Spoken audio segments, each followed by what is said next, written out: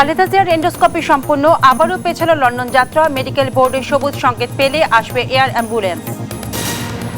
দেশীয় চিনি বিক্রি বাড়াতে আমদানি বন্ধ থাকবে, জানালেন শিল্প উপদেষ্টা। চিনি কলের সক্ষমতা বাড়াতে প্রয়োজন বিনিয়োগ।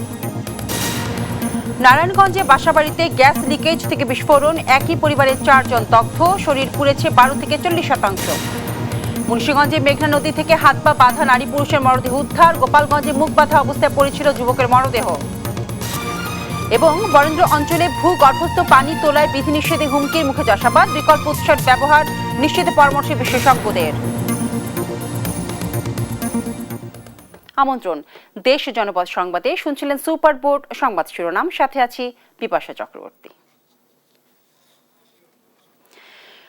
উন্নত চিকিৎসার জন্য খালেদা জিয়ার লন্ডন যাত্রা ফের পেছালো। দলীয় সূত্রে জানা যায়, কাতারের মধ্যস্থতায় জার্মানি থেকে ভাড়া করা এয়ার অ্যাম্বুলেন্সটি ঢাকায় আসবে 9 ডিসেম্বর। সেই অনুযায়ী খালেদা জিয়ার যাত্রা হতে পারে 10 ডিসেম্বর। এদিকে এন্ডোস্কোপি সম্পন্ন হওয়ায় তার পাকস্থলী রক্তক্ষরণ বন্ধ হয়েছে। এদিকে শাশুড়িকে দেখতে আজ এফআর কেয়ারে যান জুবাইদা রহমান।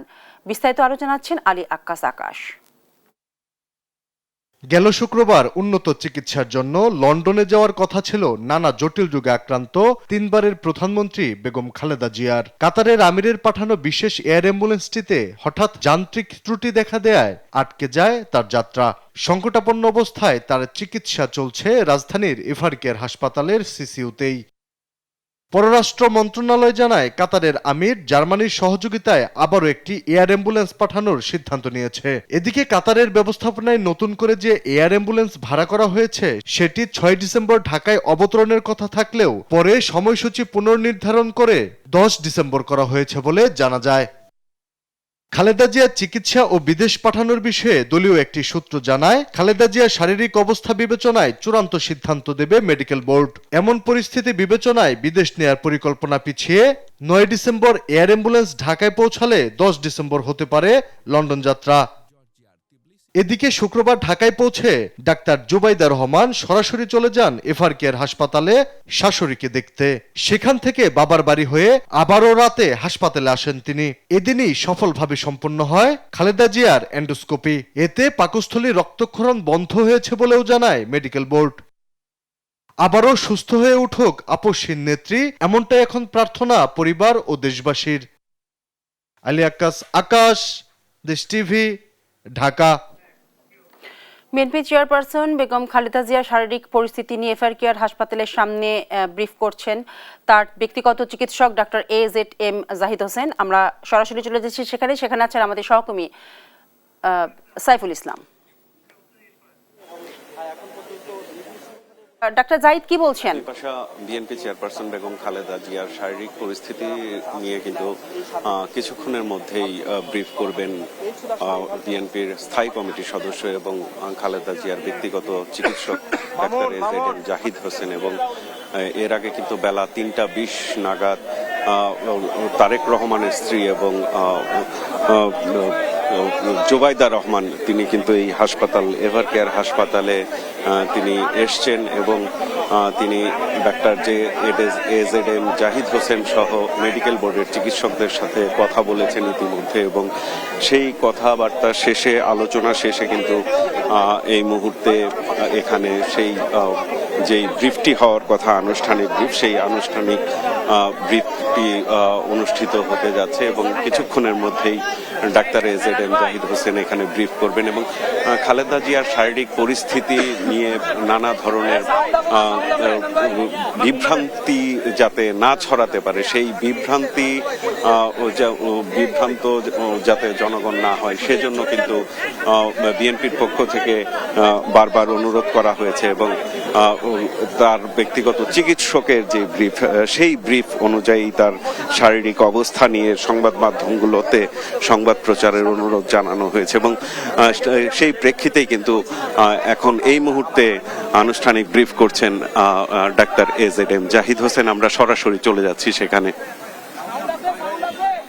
একটু জোরে বলবেন প্লিজ, পেছনেও আছে।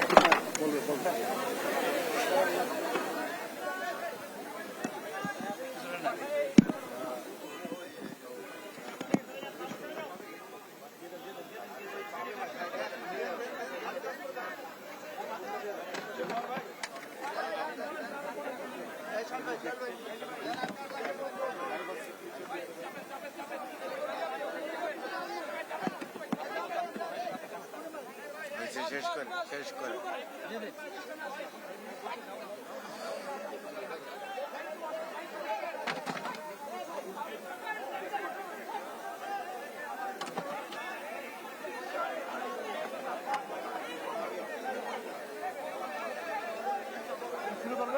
আপনাদের একটু শর্ত হবে, ওরা পিছন থেকে বলতেছে।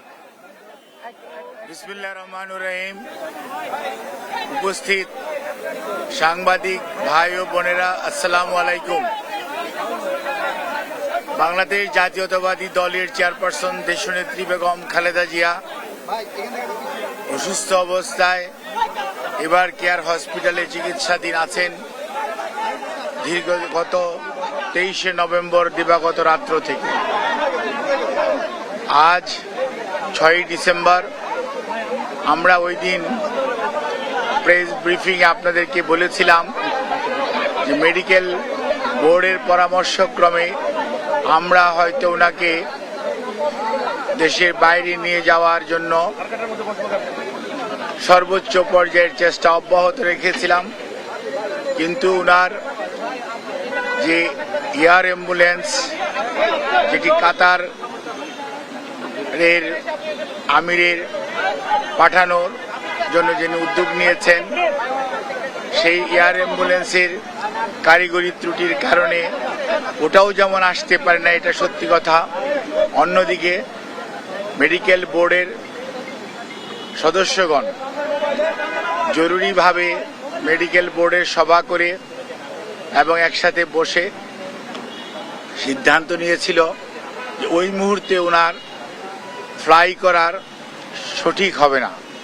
সেজন্যই আমরা ওনার যে বিদেশ নেওয়ার যে বিষয়টি সেটি কিছুটা বিলম্বিত হচ্ছে এবং ভবিষ্যতে হয়তো শারীরিক অবস্থায় বলে দিবে যে ওনাকে কখন বিদেশে চিকিৎসার জন্য নিয়ে যাবে অথবা নিয়ে যাওয়া হবে।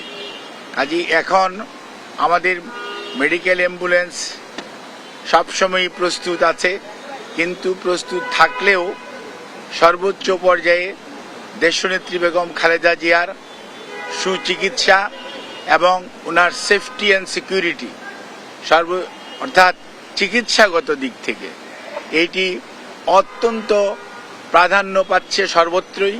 এবং আমাদের যে মেডিকেল বোর্ডের সম্মানিত সদস্যরা ইউকে এবং আমেরিকা থেকে এবং বাংলাদেশ থেকে যারা অংশগ্রহণ করছেন এবং সুদূর চায়না থেকেও সবাই কিন্তু ওনার ফিজিক্যাল কন্ডিশনের উপর সবচেয়ে বেশি গুরুত্ব দিচ্ছে। এবং আমরা মনে করি আমরা সবাই, দেশের সকল মানুষ ওনার সুস্থতা চায়, চিকিৎসকরা চায়, দেশের আবাল বৃদ্ধ বনিতা সকল ধর্মের সকল রাজনৈতিক মতাদর্শের মানুষরা চায়।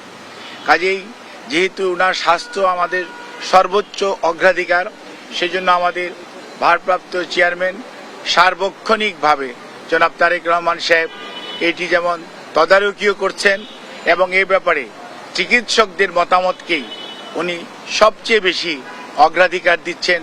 দলও সেই অনুযায়ী অগ্রাধিকার দিচ্ছে, কারণ সবচেয়ে বড় কথা মনে রাখতে হবে যে মেডিকেল বোর্ডের সদস্যরা বিগত 6 বৎসর যাবৎ ওনাকে বিভিন্ন সময় যে সেবা দিয়ে এসছেন, প্রতিকূল পরিস্থিতিতেও। আজকে হয়তো পরিস্থিতি কিছুটা বদলেছে, কিন্তু আপনারা সবাই সাক্ষী কি অবস্থার মধ্যে দিয়ে আমাদেরকে বিগত 6টি বৎসর পার করতে হয়েছে। কাজে এই অবস্থার মধ্যে মেডিকেল বোর্ডের সদস্যরা অত্যন্ত দৃঢ়তার সঙ্গে এবং অত্যন্ত professionally they are handling the matter. অর্থাৎ আমাদের যে এইখানকার যে শুধু যে দেশের চিকিৎসকরা এটার সাথে ইনভলভ তা ভাবার কোনো কারণ নেই। আমি সব সময় আপনাদেরকে মেডিকেলের সদস্যদের নাম সব সময় বলেছি, আমি আবারও আজকেও বলতে চাই যে আমরা প্রফেসর ডক্টর শাহাবুদ্দিন তালুকদার এখানে উনি আছেন, এখানে ডক্টর এজেডএম সালেহা আছেন, ডক্টর মাসুম কামাল আছেন এবং ডক্টর জিয়াউল হক আছেন, ডক্টর জাফর ইকবাল আছেন এবং সেই সাথে আমাদের ব্রিগেডিয়ার সাইফুল ইসলাম আছেন এবং এর বাইরেও ডক্টর সিজান অর্থাৎ লুৎফুল আজিজ উনিও আছেন professor AQM Mohsin, professor doctor Shamsul Arifin এবং ওনার প্রধান চিকিৎসক ডক্টর ফখরুদ্দিন মোহাম্মদ সিদ্দিকী এবং doctor Mohammad professor doctor Nuruddin Ahmad, ইনারা বাংলাদেশ থেকে আছেন। এর বাইরেও সব সময় ওনার চিকিৎসার ব্যাপারে জন প্যাট্রিক কেনেডি এবং জেনিফার ক্রস এবং প্রফেসর গোল্ডস্টোন, এই তিনজন লন্ডন ক্লিনিকের চিকিৎসক, এবং প্রফেসর ডক্টর রিচার্ড, উনি হচ্ছে লন্ডন ব্রিজ হসপিটাল অর্থাৎ আপনার কিংস কলেজের উনি প্রফেসর, উনি আছেন। শাকিল ফরিদ পেপোয়ার্থ ক্যামব্রিজ ইউনিভার্সিটির যে কার্ডিওলজি সেন্টার সেইটার সাথে জড়িত আছে, এবং প্রফেসর গার্বি, উনি হচ্ছেন একজন আপনার কার্ডিওলজিস্ট যিনি ভ্যালভুলার হার্ট ডিজিজ হ্যান্ডেল করেন, উনি এটার সাথে সম্পৃক্ত আছে। এবং ইউএসএ থেকে প্রফেসর হাবিবুর রহমান লুলু এবং professor John Hamilton, professor doctor Hamid R, professor doctor Rafiquddin Ahmed, professor doctor Jorjis, ইনারা কিন্তু ওনার চিকিৎসার সাথে সম্পৃক্ত আছেন।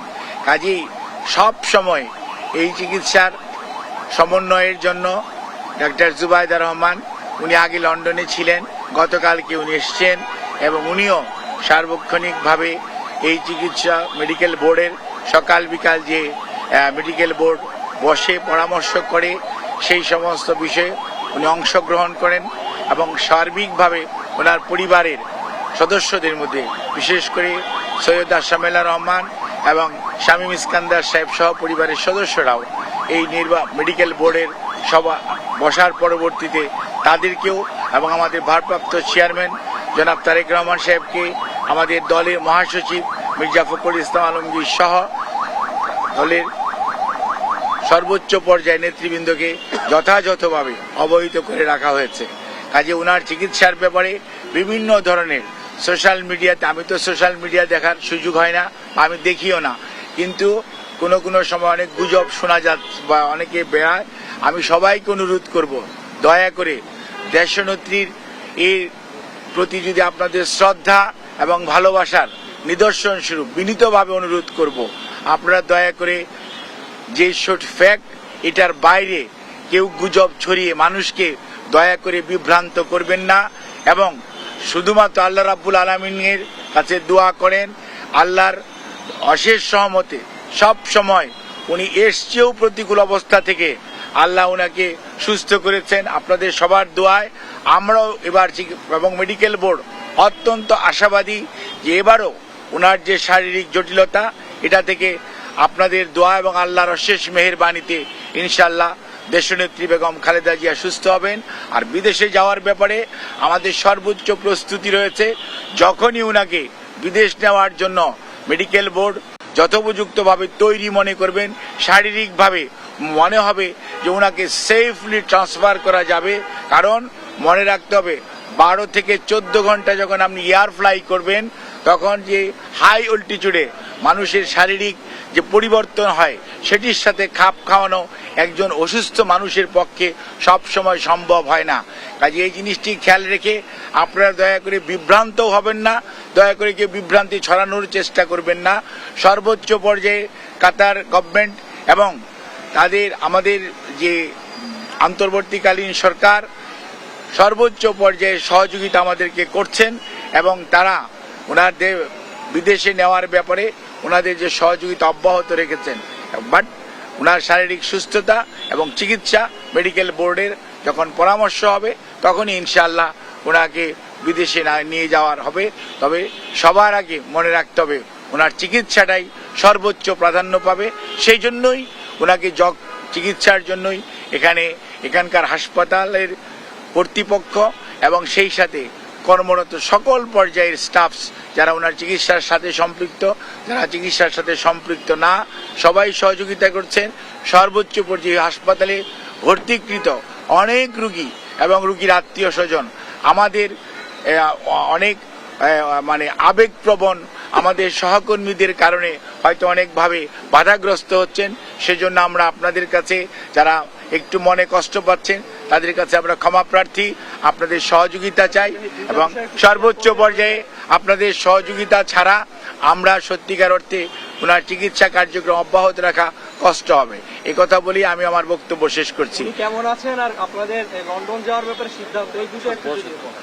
আপনি দয়া করে আমার বক্তব্য পুরোটা আবার রিওয়াইন্ড করে শুনবেন, সেখানে আমার বক্তব্য সব উত্তর আছে, দয়া করে কাইন্ডলি শুনবেন। আপনাদের সবাইকে ধন্যবাদ। কথা বলছিলেন বেগম খালেদা জিয়ার ব্যক্তিগত চিকিৎসক ডক্টর AZM জাহিদ হোসেন। এদিকে দেশের বিভিন্ন স্থানে আজও বিএনপি চেয়ারপারসন বেগম খালেদা জিয়ার সুস্থতা কামনায় দোয়া মাহফিল অনুষ্ঠিত হয়েছে। শনিবার দুপুরে ব্রাহ্মণবাড়িয়ার সাহারপাড় দারুল হিকমা মহিলা মাদ্রাসা মাঠে দোয়া এবং মোনাজাত করা হয়। সকালে কুমিল্লার কালিয়াজুড়ি মালেকা মমতাজ বালিকা বিদ্যালয় মাঠে দোয়া মাহফিল করে বিএনপি। রাজশাহীর পুঠিয়া বাজারে বিএনপি মনোনীত প্রার্থী নজরুল ইসলামের আয়োজনে কুরআন খতম করা হয়। এ সময় সবাই বেগম খালেদা জিয়ার সুস্থতা কামনা করেন।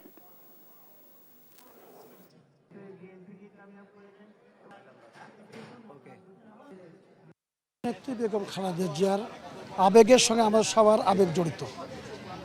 আমরা আজকে বেশ কিছুদিন থেকে উনি এবারকের হাসপাতালে ভর্তি আছেন, আমরা তখন যেতে পারছি না। আমরা তাই দূরে থেকে আমাদের বাচ্চাদের নিয়ে, শিশুদের নিয়ে এই আজকের এই কর্মসূচি আমরা হাতে নিয়েছি।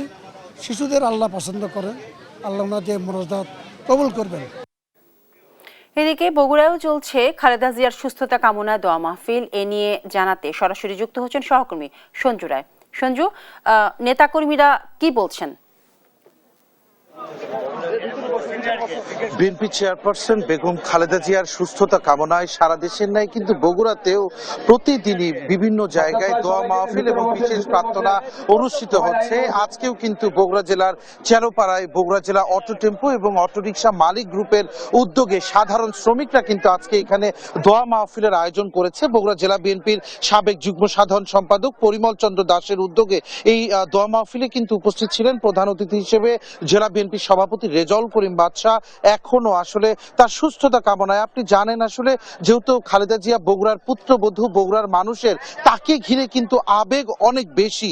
বগুড়ার মানুষ আসলে জিয়া পরিবারকে ভালোবাসে, খালেদা জিয়াকে ভালোবাসে এবং জিয়া পরিবারের এই দুঃসময় আসলে বগুড়ার লক্ষ লক্ষ মানুষ কিন্তু তারা আজ ব্যথিত। আমরা একটু সরাসরি কথা বলবো শহর বিএনপি সভাপতি অ্যাডভোকেট হামিদুল হক চৌধুরী হিরুর সাথে।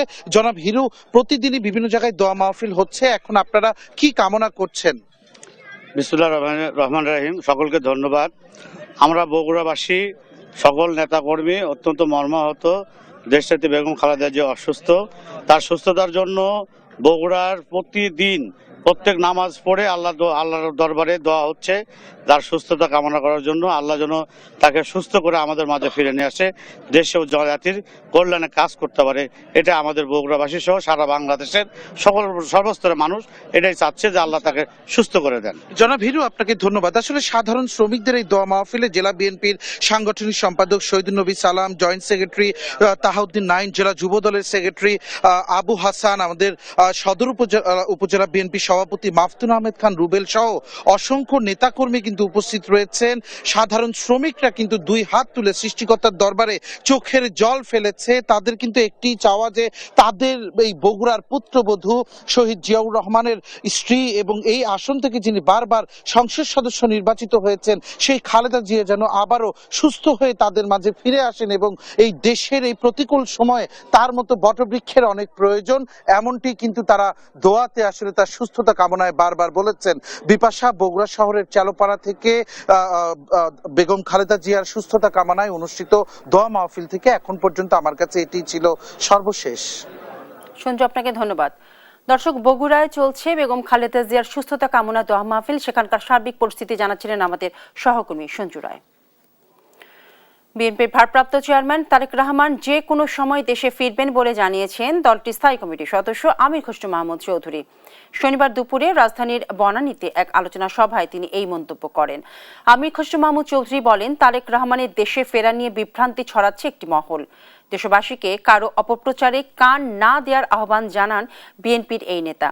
বলেন, দেশের মানুষ একটি অবাধ, নিরপেক্ষ ও গ্রহণযোগ্য নির্বাচনের জন্য অধীর আগ্রহে অপেক্ষা করছে। বিএনপিও এর ব্যতিক্রম নয়।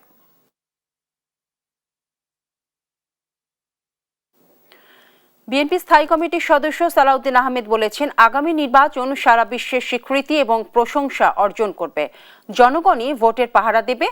অন্য কারো প্রয়োজন হবে না। শনিবার দুপুরে কক্সবাজারের চকরিয়ায় নির্বাচনী এক পথসভায় তিনি এই কথা বলেন। আশাবাদ ব্যক্ত করে তিনি বলেন, এই সপ্তাহের মধ্যেই আগামী নির্বাচনের তফসিল ঘোষণা করবে নির্বাচন কমিশন। আগামী ফেব্রুয়ারি মাসের প্রথম সপ্তাহেই ঐতিহাসিক এবং পরিবর্তনের সূচনাকারী জাতীয় সংসদ নির্বাচন অনুষ্ঠিত হবে। দীর্ঘ 16-17 বছর আওয়ামী ফ্যাসিবাদের কবলে পড়ে এই দেশের মানুষ ভোটাধিকার হারিয়েছে, গণতান্ত্রিক অধিকার হারিয়েছে, বাংলাদেশের নাগরিকদের সকল রকমের অধিকার তারা হারিয়েছে, অধিকার ভোগ করতে পারে নাই। একদলীয় রাষ্ট্র ব্যবস্থা কায়েম করেছিলেন। ফলশ্রুতিতে বাংলাদেশের জনগণ রক্ত দিয়ে সেই ফ্যাসিবাদের পতন ঘটিয়েছে। আজকে সেই ফ্যাসিস্ট হাসিনা তার নির্ধারিত ঠিকানা দিল্লিতে গিয়ে অবস্থান করছে।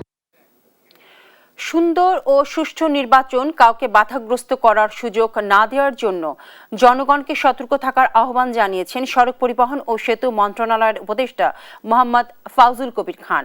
শনিবার দুপুরে নরসিংদীর ৫ দোনায় বীর প্রতীক সিরাজউদ্দিন আহমেদ সড়কের নাম ফলক উন্মোচন অনুষ্ঠানে একথা বলেন তিনি আরো বলেন, নেভাল সিরাজকে তার ভিন্ন মতের কারণে হত্যা করা হয়েছে।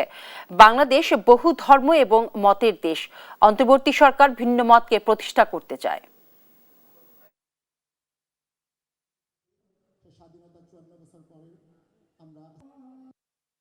লক্ষ লক্ষ প্রতিষ্ঠানের নামকরণ করা হয়েছে, তো সেই নামকরণগুলো কোথায়?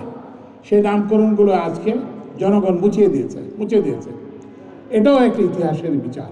আজকে আমরা এই যে সড়কের নাম করতেছি শহীদ বীর প্রতীক সিরাজউদ্দিন আহমেদ নেভাল সিরাজের নামে।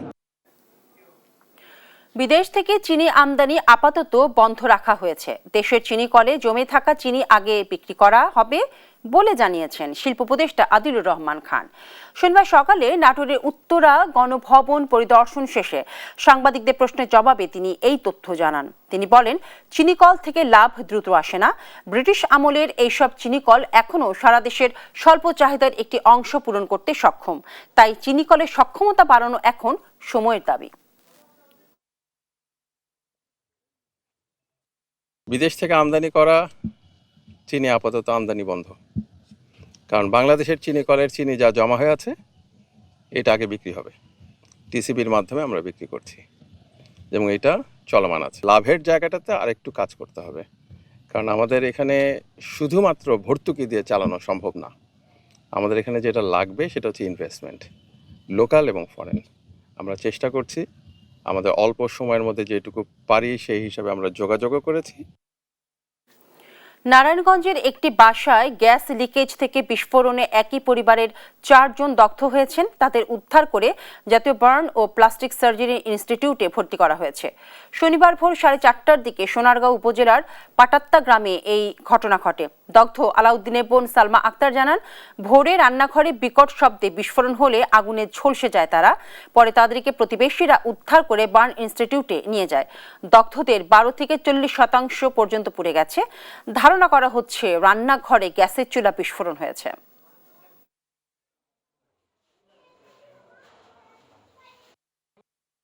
আপনার যে আওয়াজটা হয়েছে, আওয়াজটা হওয়ার সাথে সাথে আমরা বের হয়ে গেছি। বের হয়ে দেখি সব মানুষ সব দৌড়াদৌড়ি করতেছে। এই জায়গায় কাজ ভাঙার জন্য আসতে পারে না। এই জায়গায় দেওয়া হয়েছে ইয়া ছিল না, পর্দা ছিল না, পর্দা দিয়ে আগুন আর কি করে পড়ছে। আর আমরা যে যেমনি পাশে যান নিয়ে দৌড়াদৌড়ি করছে, আর কিছু দেখিনি আমরা। শব্দ শুনতে পেলাম, এলাকার মধ্যে অনেক চিল্লাচিল্লি শুনতে পেলাম। ঘুমের থেকে উঠলাম, ওইটা আইসা দেখি যারা ভিকটিম ছিল ওদের হাসপাতালে নিয়ে গেছে। মুন্সিগঞ্জের গজারিয়ায় এক নারী এবং এক পুরুষের হাত পা বাঁধা মরদেহ উদ্ধার করেছে পুলিশ। শনিবার দুপুরে হোসেনদী ইউনিয়নের ডুবুরচরে সিটি গ্রুপের পাশে মেঘনা নদীর তীরবর্তী স্থানে অজ্ঞাত এক নারীর মরদেহ এবং দুপুর 2টার দিকে বাউশিয়া ইউনিয়নের কাজুরি নদী থেকে এক পুরুষের মরদেহ উদ্ধার করেছে গজারিয়া থানা পুলিশ এবং নৌ পুলিশ। গজারিয়া নৌ পুলিশের অফিসার ইনচার্জ সরজিৎ কুমার ঘোষ বলেন, মরদেহের পরিচয় শনাক্তের চেষ্টা করছি, আইনানুগ ব্যবস্থা প্রক্রিয়াধীন।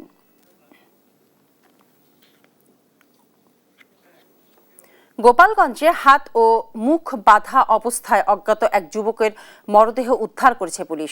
শনিবার দুপুরে শহরতলির ঘোষেরচর উত্তরপাড়া এলাকায় একটি বাগান থেকে মরদেহটি উদ্ধার করা হয়।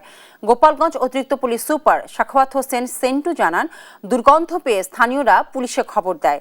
পুলিশ ঘটনাস্থলে গিয়ে লাশ উদ্ধার করে ময়নাতদন্তের জন্য গোপালগঞ্জ জেনারেল হাসপাতাল মর্গে পাঠায়। সপ্তাহখানেক আগে তাকে হত্যা করা হয়ে থাকতে পারে বলে ধারণা করছে পুলিশ।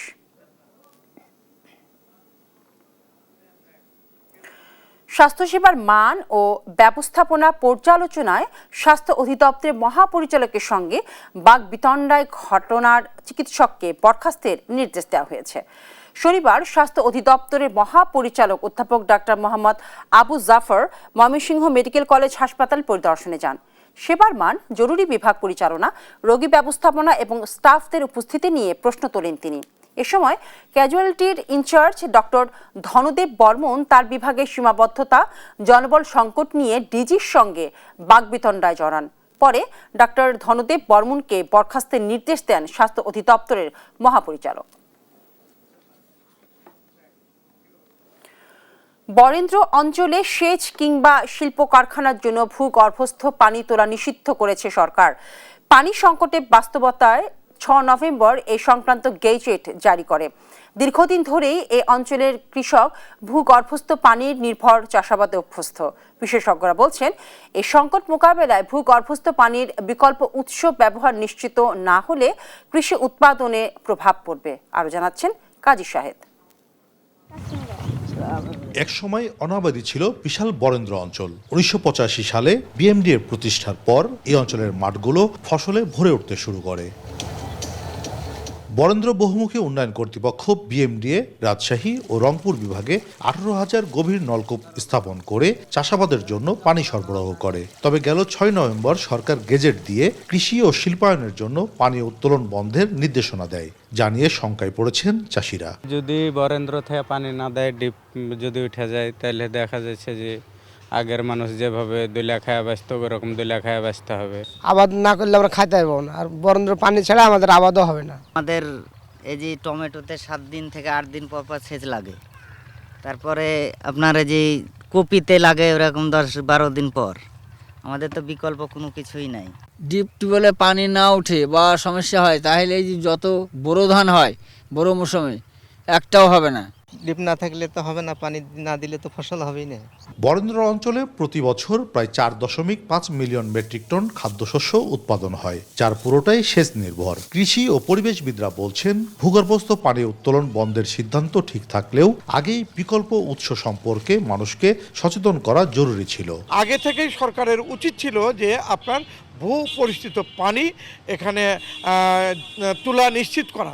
আমরা কিন্তু বিভিন্নভাবে অ্যাওয়ারনেস করছিলাম যে পানি নিচের পানি কৃষিকাজে না ব্যবহার করে এবং সেটার বিকল্প পানির অবস্থা করতে হবে সরকারকে। গম বা অন্যান্য লেন্টিল যে ভ্যারাইটিগুলো আছে, এগুলো চাষ করতে পানি লাগে। তো আমাদের এটা অবশ্যই খাদ্য নিরাপত্তার উপরে একটা হুমকি হবে। বরেন্দ্র অঞ্চলের পানি সংকট নিয়ে সরকারের গঠিত কমিটিতে কাজ করেছেন রাজশাহী বিশ্ববিদ্যালয়ের ভূতত্ত্ব ও খনিবিদ্যা বিভাগের অধ্যাপক চৌধুরী সারোয়ার জাহান। তিনি বলেন, ভূগর্ভস্থ পানি উত্তোলন বন্ধ করে বিকল্প সুপারিশ দেয়া হচ্ছে সরকারকে। আর বিএমডিএ বলছে তারা বিষয়টি নিয়ে মন্ত্রণালয়ের সঙ্গে আলোচনা করছেন। লোকাল ডেসিগনেশন করেছি আমরা, করার পরে এটা ফাইনালি আমরা সরকারের কাছে তুলে দেবো যে কী করণীয় এবং কাকে কাকে ট্রেন্ড আপ করা লাগবে, কোথায় কোথায় অ্যাওয়ারনেস করা লাগবে। আমরা একটা চিঠি অলরেডি লিখেছি, এই আগামী হয়তো রোববার দিন ওনারা পেয়ে যাবেন, তখন এই বিষয়টা নিয়ে হয়তো সমস্যা আর থাকবে না। গেজেটে 25 উপজেলার 215 ইউনিয়নকে আগামী 10 বছরের জন্য পানির সংকটাপন্ন ঘোষণা করা হয়েছে। কাজী শাহেদ, দেশ টিভি, রাজশাহী। কারাগারে মারা গেছেন যশোরের কেশবপুরের যুবদল নেতা উজ্জ্বল বিশ্বাস। যশোর কেন্দ্রীয় কারাগারের জেলার আবেদ আহমেদ জানিয়েছেন, শুক্রবার রাত 9টার দিকে উজ্জ্বলকে আদালত থেকে কারাগারে হস্তান্তর করা হয়। সে সময় তিনি অসুস্থ ছিলেন। তার নথিতে উল্লেখ ছিল তিনি গণপিটুনির শিকার হয়েছেন। পরে তাকে কারা হাসপাতালে স্থানান্তর করা হয়। রাত 10টার দিকে হঠাৎ তিনি আরও অসুস্থ হয়ে পড়েন। এরপর তাকে যশোর জেনারেল হাসপাতালে নেওয়া হলে চিকিৎসক তাকে মৃত বলে ঘোষণা করেন।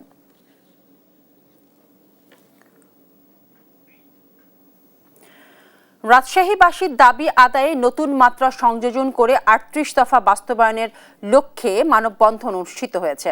শনিবার সকালে নগরীর সাহেববাজার 0 পয়েন্টে রাজশাহীর স্বার্থ সংরক্ষণ কমিটি এই মানববন্ধন করেন। মানববন্ধনে রাজশাহীর স্বার্থ সংরক্ষণ কমিটির সদস্য সচিব মাহফুজুল হাসনাইন হিকল সঞ্চালনায় উপস্থিত ছিলেন। এছাড়াও রাজশাহী স্বার্থ সংরক্ষণ কমিটির আহ্বায়ক এনামুল হক সহ সর্বস্তরের রাজশাহীর জনগণ উপস্থিত ছিলেন সেখানে।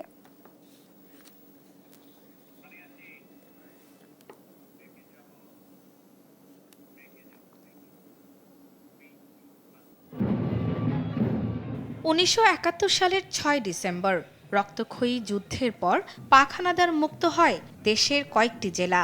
দিনটি ঘিরে বিজয় শোভাযাত্রা ও আলোচনা সভা হয়েছে এসব জেলায়। যশোর মুক্ত দিবস উপলক্ষে শনিবার সকাল 9টায় বিজয় শোভাযাত্রা ও পতাকা উত্তোলন করা হয়। কর্মসূচির উদ্বোধন করেন জেলা প্রশাসক আশেক হাসান।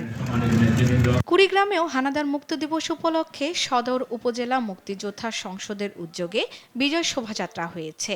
পরে স্বাধীনতার বিজয় স্তম্ভে হয় সংক্ষিপ্ত আলোচনা সভা। ফেনীতে পালিত হয়েছে হানাদার মুক্ত দিবস। মুক্তিযুদ্ধ স্মৃতি স্তম্ভে জেলা প্রশাসকের আয়োজনে পুষ্পস্তবক অর্পণ করা হয়।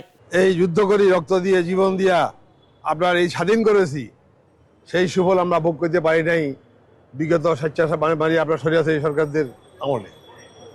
বর্তমানে তত্ত্বাবধায়ক সরকার কথা দিয়েছে নির্দলীয় শাসন ফেব্রুয়ারি মাসে অনুষ্ঠিত হবে।